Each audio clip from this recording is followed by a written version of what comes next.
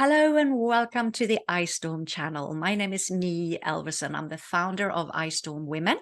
And right now we are running 16 video episodes over 16 days in support of the campaign 16 Days of Activism. This is in support of UN Women UK, and we are raising funding for safe spaces now. Public spaces need to be safe and inclusive for all. Now, a report by UN Women UK reveals how common sexual harassment is in the UK.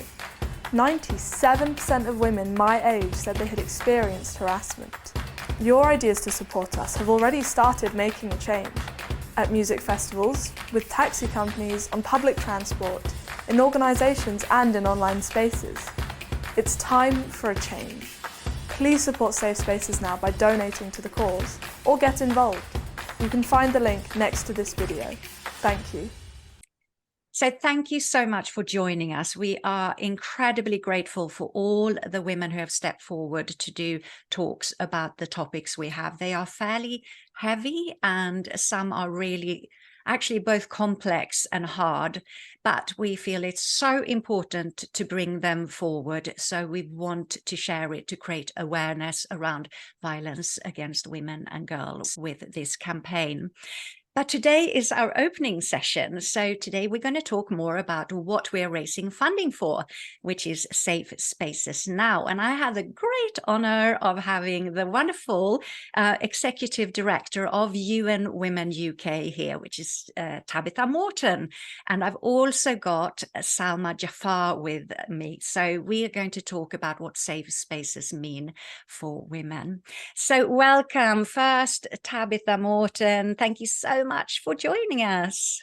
Oh, thank you both. And I can't wait to get into this conversation, because the more we talk about this, the more we educate each other and the wider world, the better.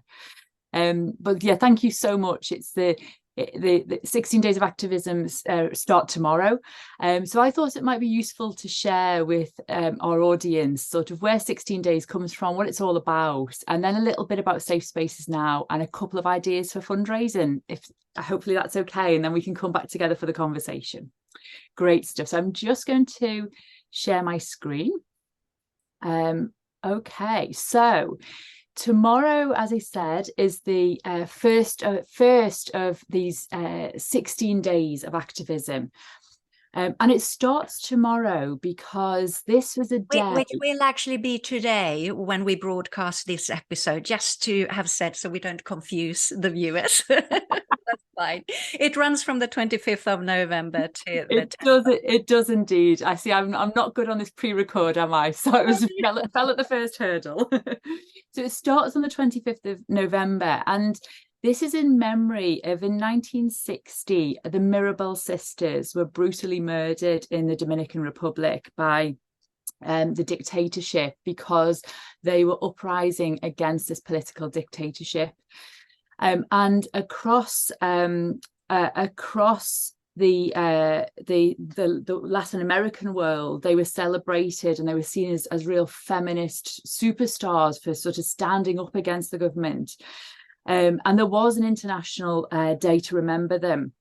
And then in 1999, the United Nations formally recognised this, and that's why we celebrate on the 25th. So I think it's really important to remember those courageous women, like so many women who've gone before them and come after them, who have literally given their lives to further the rights that we've got today and to fight against the violence that we see.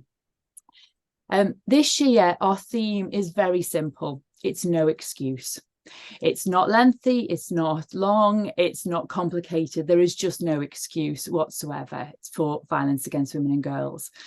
And the wider theme is about the need to invest to end gendered violence, because it isn't something we should manage, it isn't something we should just expect, it is something that we should actively try to end. It starts today on the 25th of November and it ends on the 10th of December, and that's Human Rights Day. And I think there's a real poignancy around this, because also the fact that 50% of the world's population experience gendered violence is a horrendous human rights violation. And here's some of the shocking statistics that we see. Every year globally, over 200 million women face some sort of violence from their partners. So the very people who are supposed to love them, they're facing the violence. And obviously also their children, if they have children, also are facing that. In the UK, and I'm going to talk about this a little bit more in safe spaces now, 1 in 3 women aged 18 to 25 have experienced some sort of sexual harassment in the public space. And we've seen repeatedly the stories of how the justice system in the UK is really not supporting women seeking justice. We see a huge increase in reports of rape in the UK, both in England and Wales and Scotland, and we see really low prosecution rates as well. So all of this together is painting quite a dark picture, but I want to give you hope, because hope is so important at these moments. Because at the same time, the sort of the language and the discussion around this has changed over the past few years. I've seen more and more people talk about it, more and more men understanding that they need to be part of the solution as well. So let's think about why it's so important.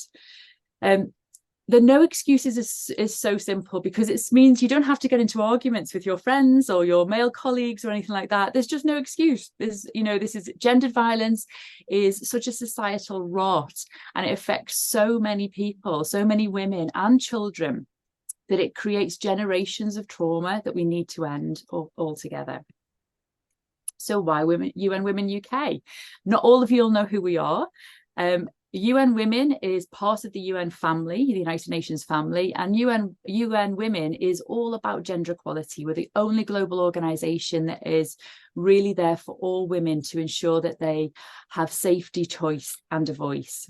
And how do we do that? Well, there's lots of different ways, but like the simplest way to explain it is that we work with governments, we work in communities, and we work at a grassroots level, and they're all vitally important. At a grassroots level, we work with amazing charities and feminist organisations across the world to get them funding, to get them support, to lobby on their behalf with governments. And when we work with grassroots organisations, we understand what the problem is in the country, whether it's a humanitarian need or whether it's about ending violence against women and girls or economic empowerment. We always listen to people and women and all genders of people on the ground. Communities are really important, and this can be corporate communities, this can be social communities, but really to make sure that gender equality is not a women's issue, it's an everyone issue to solve. And crucially, around ending violence against women and girls, we work with governments, because if there's not a legal framework in place, we're very unlikely to end violence against women and girls. And shockingly, there are still so many countries where domestic abuse, for example, is not illegal. And it is not just about having the laws in place, it's also having the justice system there to be able to support women and girls, and crucially fund the incredible frontline services that support women and girls when their needs are at the most. So in the UK, that's no different from us. We work with the UK government. We work with corporate partners, because increasingly there's millions of us across the world who are working for corporations and organisations. And I've been so impressed, and this is some of the hope I want to share with you, is how many organisations are starting to introduce domestic abuse policies, to understand that the workplace is a public space, and investing in behavioural change workshops to be able to ensure that women are safe and able to access all spaces. I'm going to talk a little bit about our Safe Spaces Now campaign in a second, but this is really something that we do in the UK that is about tackling sexual harassment in public spaces. And then we share those messages. We share those messages in events. We work with brilliant charities to lift them up and to make sure people understand the work that they're doing and get that funding that they need. But all of this is with the goal of ending violence against women and girls. This is a human-made, dare I say, a man-made problem. So, let's tackle it the way we tackle those big problems that we have. If you just think about the funding that we threw at the very serious problem of COVID. if you could do the same to ending violence against women and girls, to really invest to end, I think you could see an end, certainly a huge decrease in a single generation. And in a couple of generations, you would have changed mindsets. And over time, we can eradicate this altogether. So what's safe spaces now? I'm going to tell you a little bit about the history of where it came from, but I'm really excited to be able to talk about the realities of this, because no matter who we are, the more I talk to people, the more I realise every single one of us either lives under the fear as women and girls, and people who identify as women and girls, lives under the fear of something happening to them, whether it does or not. Just the other day, I was walking down a street in the dark where I wasn't familiar. Nothing happened, but I just walked a little quicker, had my keys in my hand. That's such a common experience, that when you talk to men, they just don't feel that same experience from a gender perspective. Now, they may face violence from other reasons, but not because of their gender. So what we did back in 2021, we were coming out of that sort of severe lockdown period, and we were really interested to know, as women and people started coming back into public spaces, had anything changed? So we did a survey with YouGov, and we found these shocking statistics that are on the screen now. And I think the two that really sort of made headlines was, and literally we had so much press off this, was that there's only 3% of 18 to 24-year-olds have not been harassed. Just 3%. That's virtually everybody. And then the other statistic was that 95% of all the women questioned didn't report these incidents. And that was for a bunch of reasons. That was because they didn't feel they would be believed. That was, they didn't know if it was illegal what happened to them, or they just wanted to forget all about it. Now, getting press headlines was not the purpose of doing this piece of work. So what we then do, as we always do, we gathered women and girls across the country. 4,000 people took part in the first piece of research, and then we worked with between 600 and 700 women and girls. We've got them into storytelling and design thinking workshops. So, and as you can imagine, when we get so many brilliant women and girls together, we came up with tons of ideas how we could change. But there was a few themes that started coming through, and one of these was about feeling unsafe on streets and also at festivals and nightlife and on public transport. So those very obvious public spaces that we think of. And this statistic came through that 88% said they felt little confident or no confidence that someone would actually step in and support them. So with a bit more thinking, we realized actually this crucial, if you're always thinking about trying to end it rather than manage it, because at the same time as we were doing this work, in London, for example, women were being recommended to flag a bus down if they felt unsafe. Rape alarm kits were being handed out. Police undercover in clubs was another suggestion. And none of those were about tackling the root cause and really as a community coming together to make a change.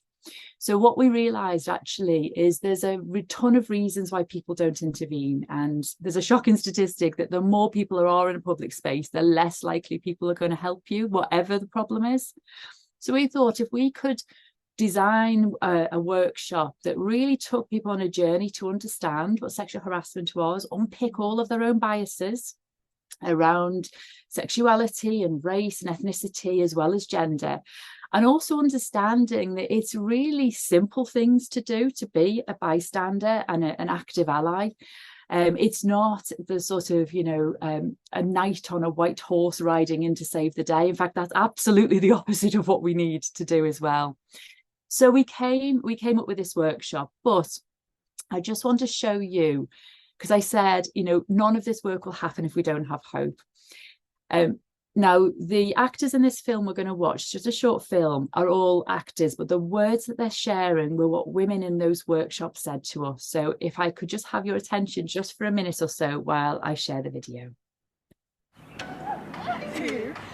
I'd go to a party and I'd stay out all night. I would take the train again.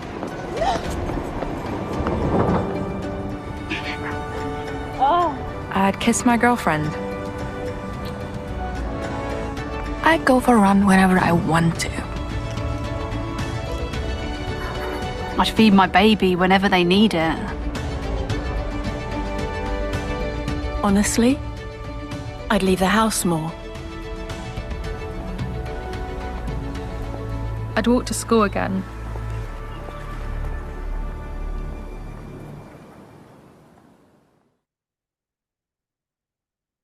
Thank you. And that the simpleness of those things like are just living. The young girl who just wants to walk to school, the older woman who feels like she can't leave the home. These are very, very basic human rights.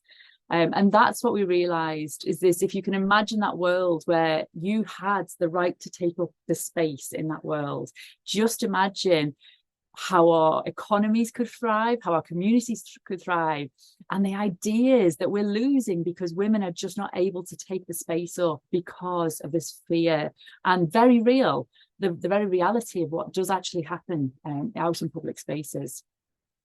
So it might sound a bit strange. Why are we asking you to raise awareness and funds? Well, unless we talk about this, I think the more we talk about this, the more we make it an issue that is discussed, and the more we unpick this, I think that's the quicker we get to solutions. But crucially, just me sharing this on this video is not enough. We need to get the message out there to more and more people. So for Safe Spaces Now, we want to make sure that thousands and thousands more people have gone through the workshops that we run. To date, we have had thousands go through it, from taxi drivers to festival goers to corporate organisations. And honestly, the difference that you see, I particularly love talking to a room full of male or men taxi drivers. And they come in and they think they're going to get told off.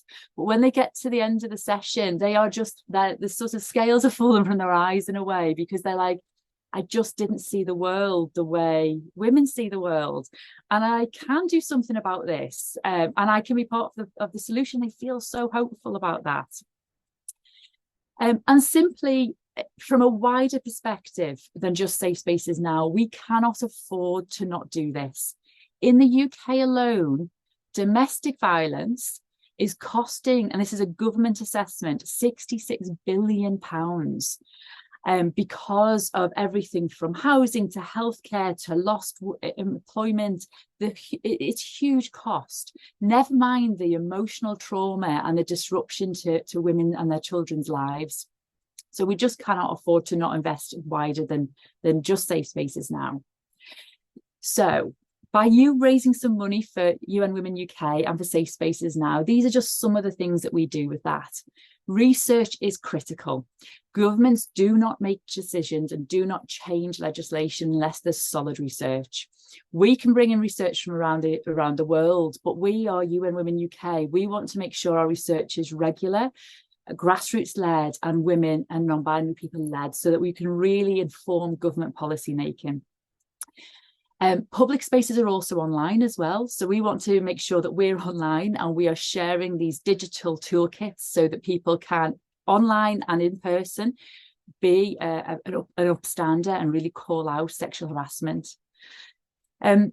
We need to train more and more community safety champions, because we want to have a plethora of these people across the United Kingdom. So wherever you are, you know, Safe Spaces Now is a shortcut to saying that this place is no longer an unsafe space to be. We don't want special rooms and special roads for us to walk down. We want to be in every single place.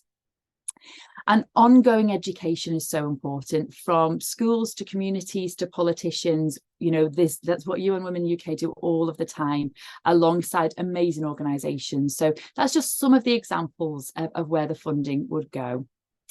And I just wanted to finish off by giving you a couple of different ideas. I'm sure you've got tons of different ways you'd like to raise funds, but you can take action with us. Please follow us along on Instagram and Twitter and Facebook and LinkedIn. We'll be sharing lots of content over the coming 16 days. On the 28th of November, if you can, we'd love you to wear something orange. I've got in a little bit ahead of the time. And encourage your colleagues to do it. That's one way of raising funds. You could do it that way. If you have the keys to a large corporate building, could we light it up orange as well? And share this on social media as well, because and follow those hashtags Orange the World and No Excuses, because then you'll see everybody in the country that has taken part in this. It's really, really important. As you see, if you follow us online, you'll see all of our information, and you can share all of our content as well. We'll be heavily sharing the whole plethora of what 16 Days is about, the whole spectrum, of violence against women and girls, and how we end that gendered violence. And then we could organise a fundraiser. So this could be everything from a cake bake to, getting moving with your friends. There's lots of different ways. And I'm sure many more ways that you'd like to do that as well. But the most important thing is to take away from this that, yes, we mark the start of the 16 Days of Activism, but it's activism. It is absolutely about ending this scourge on women and girls globally. Thank you. Now I'm going to shut my slides down, because I want to go back to talk to these two wonderful women and just rest my voice for a little and sort of hear your ideas as well. Thank you so much for sharing that, Tabitha. It's a fantastic organisation. I'm very proud to have been part of the UN Women UK community for just a short while, but what I've seen so far is just absolutely amazing. And the Safe Spaces Now initiative is fabulous. And of course, that's what we are raising funding for with our podcast series as well. So if you want to donate money, please do so. There's a link under this video. And we have set up a page, so hopefully you should be able to just donate money, and UN Women UK is overlooking it. It's all connected through Just Giving, so they can see exactly what goes on, and the money will go straight to Tabitha's office, basically, to make sure it goes to the right space. Thank you. Yeah, that's it's so important. And to hear, I think this example of the taxi drivers doing the workshop, it's just so speaking, isn't it? You can really visualize them coming in there a little bit guilty or whatever they're feeling, and then stepping outside and feeling empowered to support. And I know that the community has been out at music festivals this summer, and there's lots of other initiatives and on the public transportation as well. So just really fantastic. And anyone who wants to get involved and contribute or raise money, set up your own campaign and do it at work, as mentioned, please do. We're going to share all the links next to the video, so you can just click and copy hashtags and all of that, and do as much as you can to help this, because it's so important that we all step forward, step up and do it together. Otherwise, it's just not going to happen. And I just wanted to mention the topics you've mentioned as well about violence against women and girls and the severity of it. I'm just really sharing that during these the upcoming 16 days with our video podcast, we are going to talk a little bit more in depth of separate types of violence against women, with people who have both experience and expertise on the topics, who can guide you, advise, and also support in terms of where you can go if you have a bad experience, or if you need help, if you're stuck in a situation. We are talking about everything from body image to coercion and control to sexual violence and all sorts.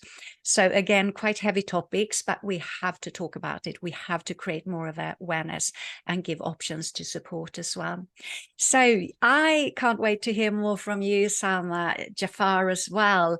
Let us know a little bit more. We found you through the Girls Network, and you're an ambassador for them. Do you want to tell us just a little bit more about what the Girls Network is for a start, and what do you do as an ambassador for them? The Girls Network is a charity who provide mentorship for young girls from disadvantaged backgrounds. I was really lucky that I got the opportunity to be a part of it when I was 15. I got matched with my mentor, who I'm still in contact with, and now I'm 22 today. But yeah. Today? Yeah. No, is it your birthday today? Oh, happy Birthday. birthday. Thank you so much for doing this on your birthday. Thanks. But yeah, they match girls up depending on the girls' interests or maybe what the girls want to focus on, to different successful women from different backgrounds and different fields. From there, after you finish the mentorship, you can stay on. All the girls are automatically an ambassador. And then as an ambassador, you still get provided opportunities such as internships. So luckily I secured an internship through Girls Network. They provide work experience. They also provide opportunities to look at careers in different fields. Also opportunities that you wouldn't necessarily get normally, such as interviewing people in Parliament or interviewing people at City Hall. So the Girls Network definitely, I think their main goal is to sort of show girls that you can occupy all these spaces and there are spaces for you. And I think it's just knowing, despite your background, that it doesn't necessarily limit you in any way. Amazing. It's such a good incentive too, isn't it? And it's a national organization, isn't it? So wherever you are in the country, you can get in touch, find it online. We're going to share the link so you can get in touch and see maybe if you know someone, or if you have a daughter perhaps, or if you yourself, if you're a youngster and you want to connect with a mentor. That must be so powerful. I think mentorship is really, really important. 100%. So right now it's through schools. Your school would have to present an interest and want to be part of the program. And then from there, I think having a mentor is incredible. Someone that you feel comfortable with. Believe it or not, I was really shy. I was really quiet when I began. And I think in the beginning, I didn't really know what careers are out there or what's out there. And just having that mentor that is outside of your family, outside of your friends, or outside of like your school, that you know that you can go to and speak to about various things that you feel comfortable with. And having that advice is kind of like a older sister. I wouldn't say like a mum because they're not that old, but I'd say like an older sister that you can kind of conversate with. But yeah, and obviously with them, they then are able to help you in any way. And one of the things I always think that is incredible is that they do kind of cater to your needs. So for example, for me, my biggest thing was working with confidence. So we did workshops on confidence and what we could do. So like journaling. So yeah. Oh, Tabitha, isn't this amazing? Fantastic. I think you're absolutely right. That sort of, I love that sort of analogy as a big sister. It sort of feels like that real community spirit, you know, that you need. And yeah, I think it's it's important that we sort of see ourselves through other people's eyes, and then they can, you know, because often, like you're saying, their confidence, and you know, you come across very confident. I'm sure that's when your mentor first met you. They saw in you what I see in you today, but we can't always see that ourselves, can we? So that's wonderful that sort of, you know, you are living what the rest of us are seeing as well. Yeah, and one of the great things is that it's beyond mentorship. So it's not just a one and done deal, because I'm sure many girls have been part of many mentor schemes.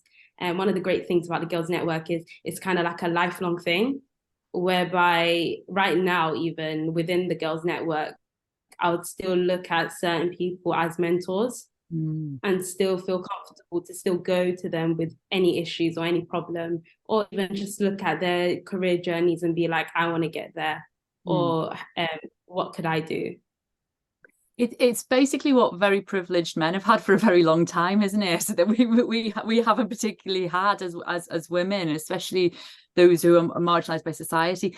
it's just something, you know, I often get told, how do we give women a voice? I'm like, women don't need to be given a voice. We've got very good voices ourselves. We need you to create spaces where you will be quiet for a bit so we can have our voices as well. So I like that it's a long-term thing, because I agree, you can't mentor somebody out of inequality. But there's something quite special about that program you're talking about, because it's lifelong and it's changing sort of the structures around and challenging and pushing them. It's great. It's fantastic. And talking about safe spaces, Salma, how do you feel about that? Just sort of the image of a safe space. What does that mean for you or to you? I think it's a space where I feel confident enough or comfortable enough to be able to voice my opinion or to voice any concern or anything that I might have. And also a space where I don't worry about what I'm necessarily saying, or I think definitely it's more about comfortability, and also just being able to be authentic in that space. That is so true. Authenticity is kind of a trend word at the moment, but I think there's a reason for it, especially with social media taking over and we're moving into AI on all sort of fronts, and staying human, authentic, and being allowed to be yourself, especially for women, is so important. And mentoring young girls is incredibly important to give them that foundation, because certainly through the generations we have been stopped. We have been, as you say, Tabitha, of course we have a voice, but it's also about stepping forward and using that voice, because I personally don't believe that we can create a change in any quicker or better way other than women stepping forward and speaking up, because we've tried. It's been too long without women having the full power that we have, as well as men, of course. And we are 50-50, or someone will always call out 52% of the population. So what's next for you, Salma? You've got an internship. How does it look for you in the future? Right now, I'm still exploring what careers to do. However, I'm also volunteering for another charity who they're called the Avengers. So what they do is they advocate, campaign, and support women who are survivors of gender-based violence and FGM. So I've been working with them and just recently got a job as an assistant to the CEO, which is really cool. So I'm just seeing where that goes, because I think some of the work that they've been doing is incredible, especially coming from a background where I'm raised from a mum who has been through a lot. So being able to be in a space where I'm making a difference, where I'm able to help women who are similarly gone through it, but instead give them a support system, is incredible. So I think I want to see where that goes in that charity. That is so powerful. That must be amazing. Fantastic. Thank you for sharing that. And Tabitha, what's next for UN Women UK? You've just had your massive, fantastic award ceremony celebrating not just women, but male champions as well, who are stepping forward, our allies. And you're running this campaign, 16 Days of Activism and Safe Spaces. How do you have time for everything? Well, we've got to hustle on. We've got to get gender equality, and we've got to get it. I don't want it to be, my nieces, kids who are looking at this. I want it to be sort of, see those major steps forward, because progress is not linear. It doesn't just follow a nice, neat line. And we have seen in recent years a real pushback against all sorts of progression as well, whether it's around gender and race and ethnicity or sexuality. We're seeing a real pushback, and I think it's really the time when we come together to push forward and push into that. We have just thinking about that authenticity that you were talking about, and Selma, that we're seeing a more and more polarized world where there's horrific wars and civil wars and wars against nations happening across the world. We've got to continue to raise awareness of what is happening, even when the cameras turn away from situations, and to be there for those women, to make sure women are involved at every level of society, because the more that women are involved in society and in politics, the longer and more sustainable peace is as well. So it's so important, if we really want peace and security across our world, that women are involved in that. So that's an ongoing global goal for us.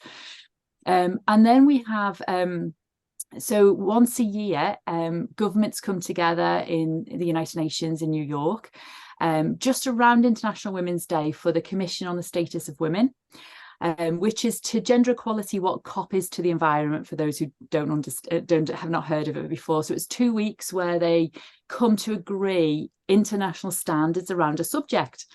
And really crucially, I think, especially for us in the UK, is it's all about lifting women out of poverty and economic empowerment for women next year. And this, for me, is such an important subject, especially in the UK, when you're seeing so many women who are the leading household who can't even afford to feed themselves properly, can't pay their electricity bills. And we have one of the most expensive childcare systems in the world. So, we need to really think about how we make some of those big changes, especially in the UK. Affordable childcare would open up so many women's lives, and it has to be quality affordable childcare where the women who are working in there are properly remunerated, because they're looking after our kids. And it doesn't matter whether you've got kids or not. Actually having a really robust childcare system means that women have choices, and also organisations look at women differently. And also, crucially, men might actually start to take more of that responsibility on. They might take more paternity leave when them and their partner has children. So yeah, I think the real focus for us for next year is to really spread those messages. And crucially, it's looking like an election year. UN Women is not party political at all, but we'll be asking every party to raise their game and really look to see, what are you going to be doing about economic empowerment of women? Because if we just take this one size fits all, we end up with a man-shaped fix rather than actually having the difference between men and women, and we start to think differently about how we invest stuff. So I'm excited, because I think, this year we looked at the gender tech divide and we've seen great strides in that. Next year, economic empowerment and really lifting women out of poverty, not because it's a charitable act, but because it's the right human thing to do. Absolutely fantastic. And if someone wants to get involved in UN Women UK, we're going to share the link how they can apply for that or join the community. People can also, I think it's not until January now, you can apply for being part of the CSW 68, which it will be, isn't it, in March. But now people can join the community, whoever they are, right? The simplest way, I always say, is go to our Instagram account, and there's a little link tree, if anyone who knows what that is, but the link in the bio, and we put all of the links in there. That join CSW, join our community, our mailing list, so you can sort of get involved as little or as much as you want as well. Fantastic. Salma, are you part of UN Women UK yet? Not yet, but I'm part of Girl Up, which is part of UN, I think. Yeah, but it is. UN next. Good stuff. We'd love you to have you in the community as well. That would be fantastic. Bring that expertise in. We'd love that. Thank you so much. Brilliant. And the Girls Network and Safe Spaces, is there any? Yeah, I'd love to pick this conversation up and see what we could do around that sort of safe spaces and that messaging around how, especially in schools, there's some really great work being done by organisations, another organisation in Wales around this, but in England there's not a huge amount of concerted effort. So I'd love to talk to you about how maybe we could train some champions within the Girls Network. And spread that word, because that's what it's about. It's not owned by us. It's we're not here to make safe spaces for everybody, but we just don't want there to be this like limited few spaces. We want every space to be really safe. So that would be fantastic. Love this. I love collaborations and connections. That's what going to make change. I think this has been absolutely fantastic. Is there anything else that we've forgotten to say? Now is the time. Salma, do you want to add anything? I think I was just going to bring up something Tabitha said about the male champions. I think that's incredible. I think sometimes when we speak about these issues, we tend to exclude them, when in reality, they should be part of the conversation, because they are going to be the solution, hopefully. So yeah, and especially because one of the things I was talking to a few people about is tackling the violence when it comes to young boys now with girls. So I think it's definitely bringing in those male champions. I couldn't agree more, because, you know, the statistics show that there's a huge percentage, around between 1 in 6 to 1 in 8, depending on who you talk to. Children have grown up seeing violence in the home or in their extended families. So that sets patterns in people's in boys' lives as well. And that sort of toxic masculinity, it does boys and men no good either. It really doesn't. But I would just like to finally say as well that please follow our social media campaigns, because violence against women and girls comes in many forms, and it all affects us quite differently depending on who we are.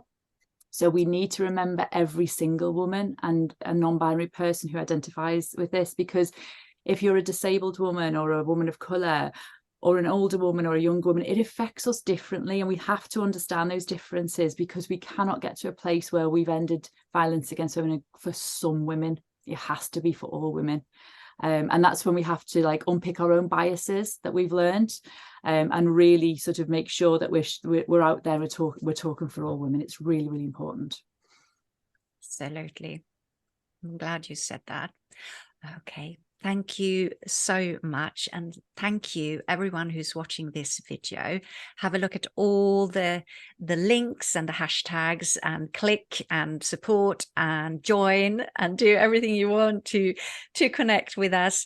And we'll share, if you wanted to connect Salma, are you happy to share your LinkedIn, perhaps your handles? We'll share those as well.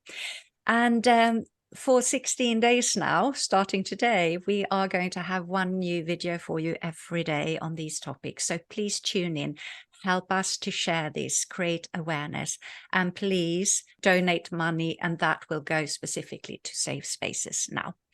Thank you, everyone. And we will be back tomorrow. Bye for now. Don't forget to donate to Safe Spaces now, link next to the video.